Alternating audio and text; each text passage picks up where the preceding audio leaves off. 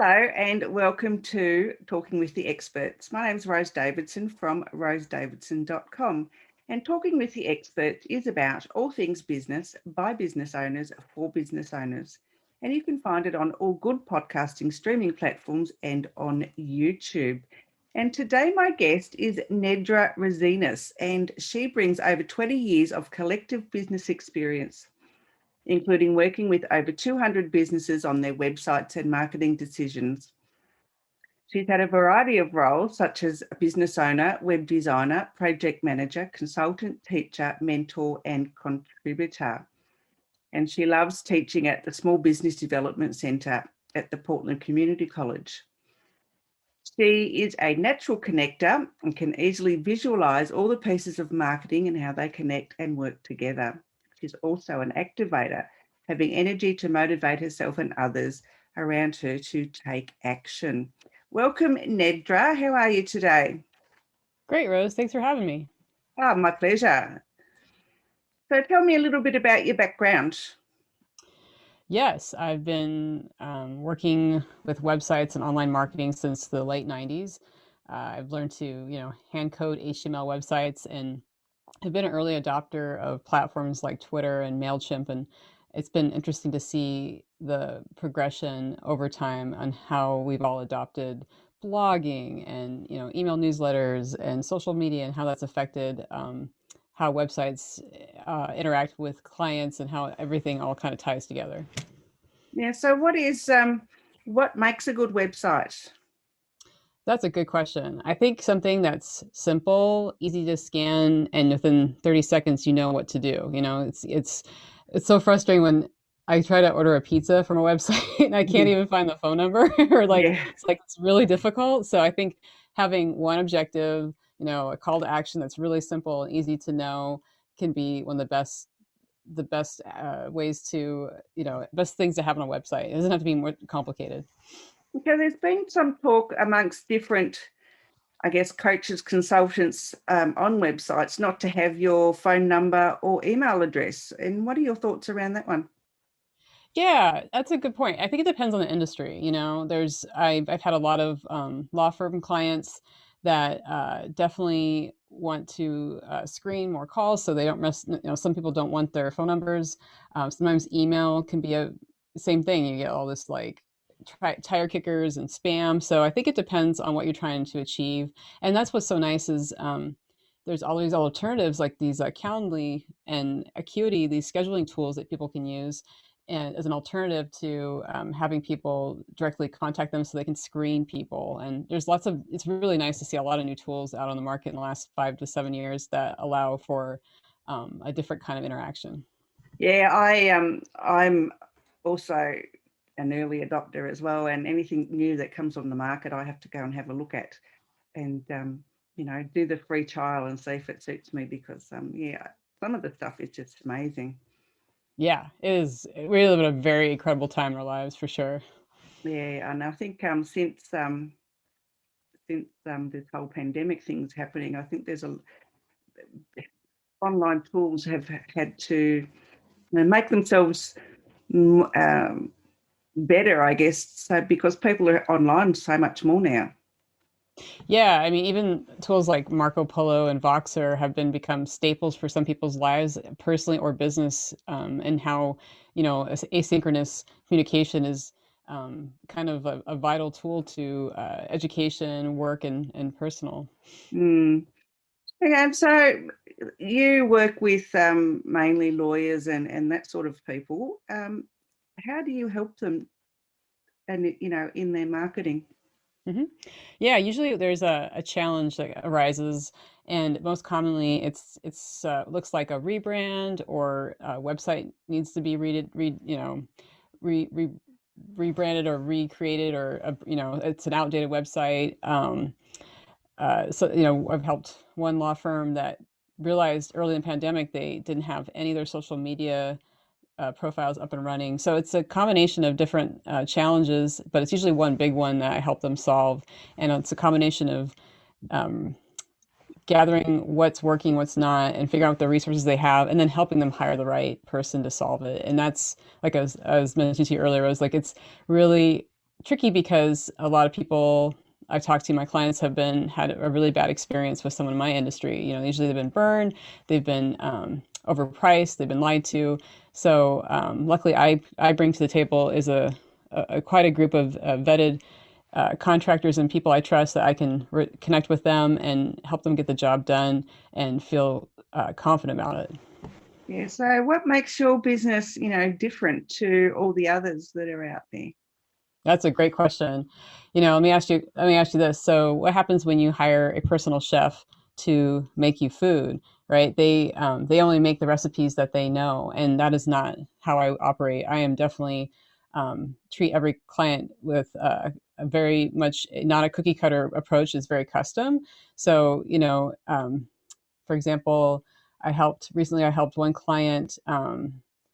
Go through the steps of a rebrand plus a website, and had very specific needs around the website that made it hard, very hard to find the right web designer, but I was able to help them achieve that.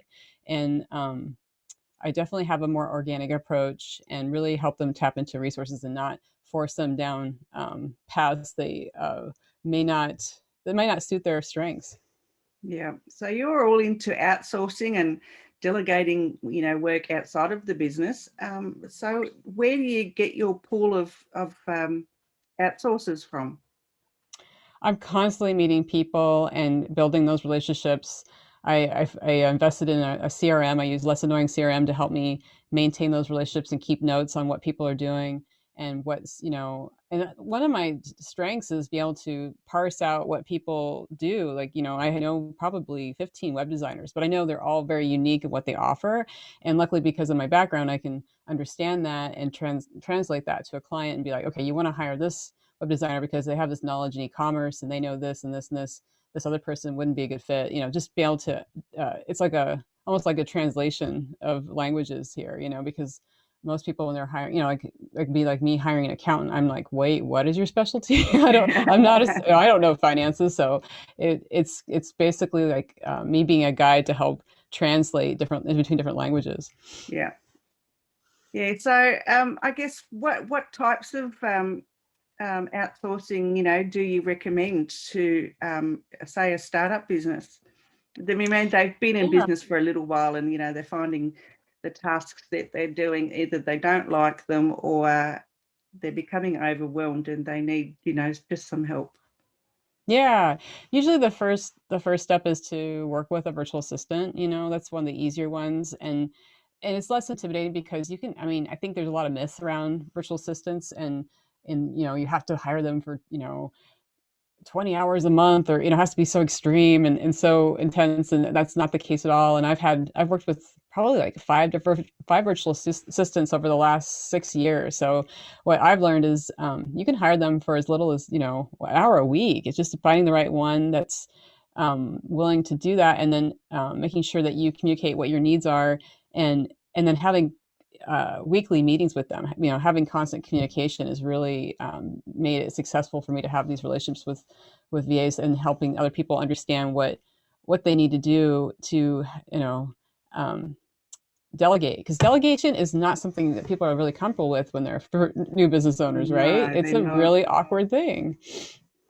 Yeah, it is. I find that as well, that because I've been doing stuff, myself for so long, trying to give Yeah. it to somebody else, you're thinking, will they do it as good as me, or will they do it, um, you know, better than me, or there's so many questions that you ask yourself, um, you know, and if you don't get on with them, that makes it a bit more difficult as well.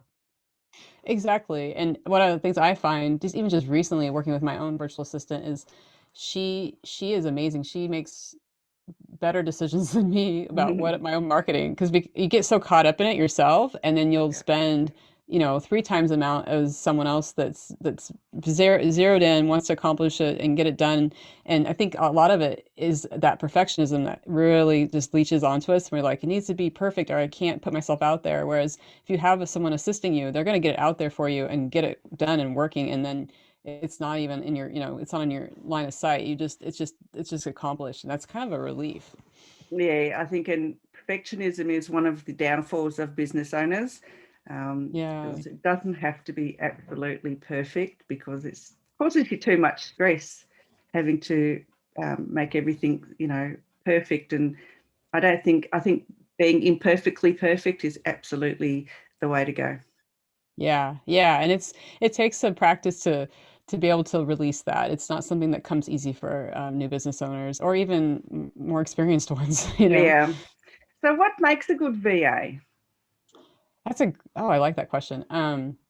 I think someone who is willing to help document processes, like I think that that's one of the first things I usually do with new VAs is reassess what processes I had with the old one, and decide, do we need to reinvent or how can we improve this as a, like going back to like an early adopter of software. What can there something, is there a new AI or a new a way to automate this or change this? Do I think, and then having those weekly conversations really helps me um, have that real time conversation to understand what challenges are happening, and what new knowledge can they bring to the table to make usually one thing I have my VA do is help me with my newsletters. How can we keep improving this? And I think another good VA is someone who's curious and that asks a lot of questions, so they uncover basically what you're trying to accomplish. Sometimes as a business owner, you don't always know how to share that so that you're understood, but a good VA will basically be a detective and help uncover a lot of that. Yes, I think sometimes we, as business owners, when we've been doing it ourselves, yeah, you're right. We get too close to whatever it is, and we can't see where it can be improved. And then no one will come to us and say, "Well, you could do this a little bit better." So, having a good VA is absolutely a treasure. You Yeah. need to treasure them if they're really good. Yeah. And what I find too, I don't know about you, Rose, but they're usually what's happened is they're usually on this path. And I get a chance to hang out with them for a year, and then they graduate on to bigger and better things. And that's good because I want them to, move on to a different position, because usually they're so smart. They're constantly learning, they're taking these certifications, so there's usually some other path they're on. And it's a lot like interns. It's usually someone who you're just lucky if you catch them for like that year, and then a year or two is probably about, unless it's a very specialized VA, or it's like more of an agency, because I'm talking about individuals, but agencies Mm, are different. You're gonna probably, a good 2 years is probably you know uh, about what you're looking at. yeah, yeah. It's not a long time, and they go to become online business managers or social media managers or whatever it is, and just specialize in one thing. So yeah, and good on them That's for right. doing that. You know, Exactly. we all need a path in life. Hmm. Yeah, and it's wonderful that, the VA world, it gives so much flexibility to people and opportunity to work and, off hours, or, maybe you're in a situation where you have kids at home, or you have other jobs where you can just make it could be like a side income, it could be a supplement income. It doesn't have to be all or nothing. And I think in a world that we live in today, that is such a needed kind of income or type of position we desperately need. Hmm. So I get we haven't really touched on other marketing things that you do. I mean, you Mhm. do, the websites and you do the VA stuff, but what other types of marketing do you help your clients with?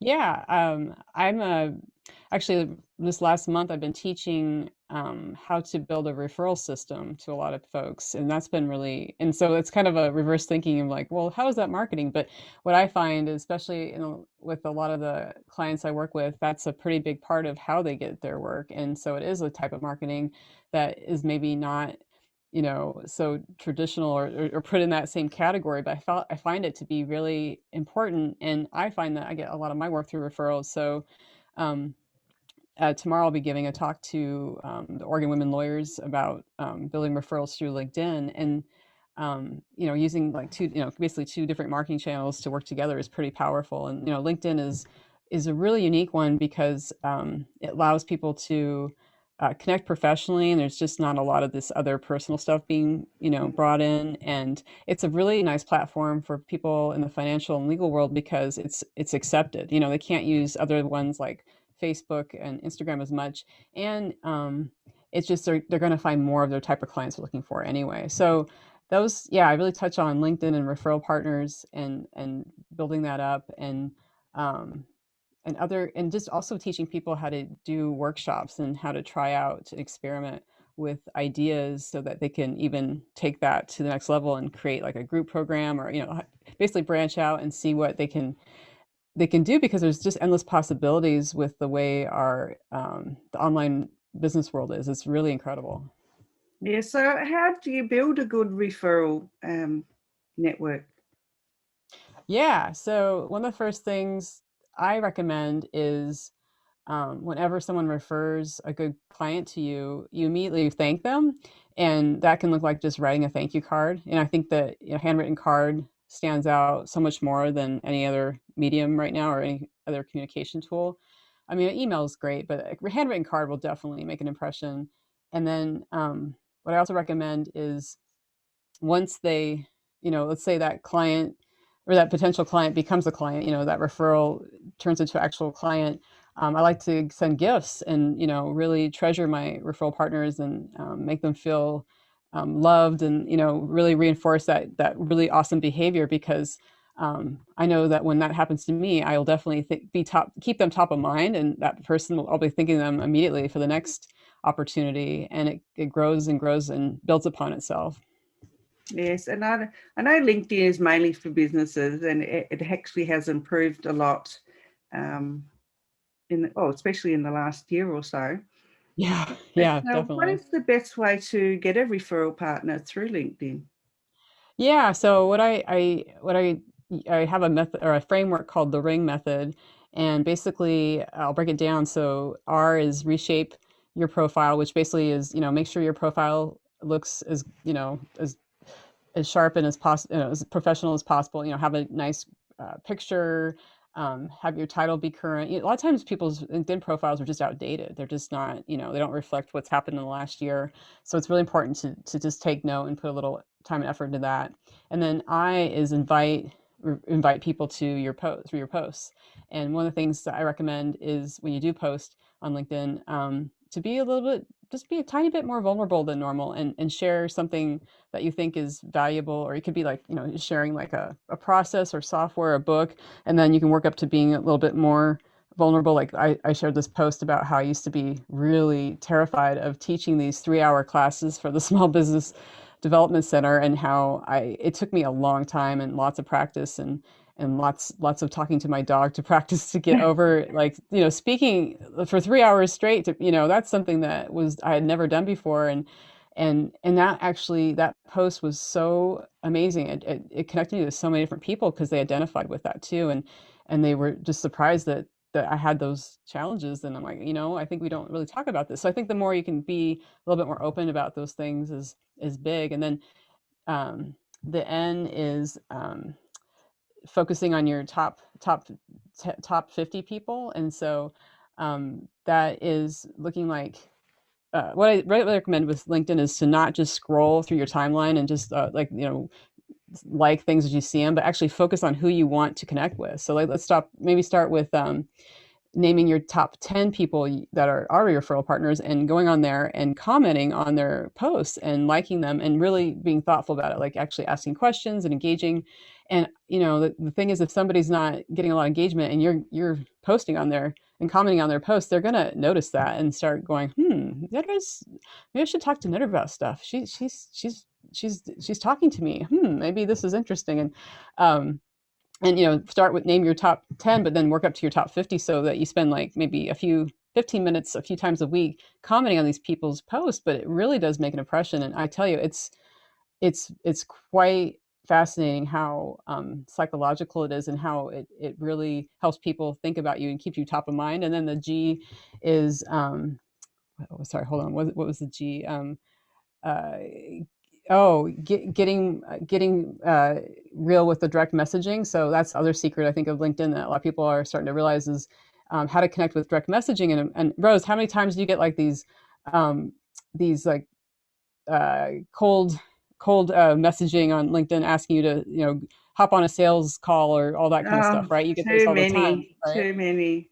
Yeah, and so do I. And so that's not what I'm saying is it's the complete opposite is like craft a little bit of a message and then, copy and paste it, but then make sure you curate it to the person, but it's also just inviting them to connect with you and saying, "Oh, I think we have this in common. Can we talk more?" Or even just asking questions and being friendly because the more you can be authentic and friendly, it's just refreshing because nobody else is really being like that on LinkedIn, So it's like, No, "Oh, what's yeah. that?" I mean, Facebook's the same. You get a friend Oh request, yeah. you accept the request, and the next thing they're trying to sell you something, or get you to like their page or their group, or wow, Yeah, I think you don't even know who I am. We haven't even had a conversation yet. right. Yeah, and it's just so spammy. So I just block them. I just think, yeah, I unfriend them Exactly. straight away and just think, go away. Yeah. It's just not the way to do business. Not now, anyway. No, no. You're absolutely right. So I think building a relationship is so important first. And that's why I really encouraging, building relationships with people as people, and then it works towards your referral partners and different potential clients. It's having that common ground, whether it be especially with LinkedIn, it gives you the chance to see if people went to maybe the same school as you, maybe they have nonprofits that you also like, or people Mhm. in common. There's just so much data there. If you stop and spend just a few seconds even looking at their profile, you can find something to connect with. And that's people are so dying for connection because of this last year. It's really, if you can do a little bit of that, it's people will really appreciate it. Yeah, I always make it a habit of on LinkedIn, if someone sends me a connection request, to check their profile out first. And if they haven't got a Yeah, profile picture, then they just get ignored. yeah, yeah. I think that usually is a sign that somebody's hiding. It's like what? Yeah, Why your picture? So yeah, yeah, exactly. It's not great. And, I think cyber safety is so important these days. So, yeah, absolutely. I think mm. that's So have important. you written any books, or got a podcast or anything? No, I've just been going on being a guest on lots of podcasts and actually considering writing a book this summer. But yeah, so that's all kind of you're reading my mind. It's all kind of in the works as I progress along. It seems like those are the natural next steps for sure. Yeah, yeah. I've heard that writing a book gets you, I don't know, more. It gets you in front of more people, and you become totally rich and famous out of it. I think it's possible depending on what the subject is and how you spin it, right? That's Definitely. absolutely right. Yeah, Absolutely right. yeah. So, any last words of encouragement or advice that you might give to a business owner, Nedra? Yeah, I think when it comes to marketing and hiring people, it's being consistent and showing up again and again is really the secret. And it's not sexy and it's not super exciting, but it does work. And a lot of people say, but I just keep repeating myself, and I'm like, sometimes it's the 10th time. That's when somebody's gonna buy from you. And don't be afraid to repeat yourself and use that evergreen content and repost things. It's you'd be surprised how effective it is. Yeah, absolutely, absolutely. Well, thank you so much for joining me today. It was a terrific conversation. I enjoyed it heaps. Yeah, this was fun. Thanks so much, Rose. All right, take care. You too.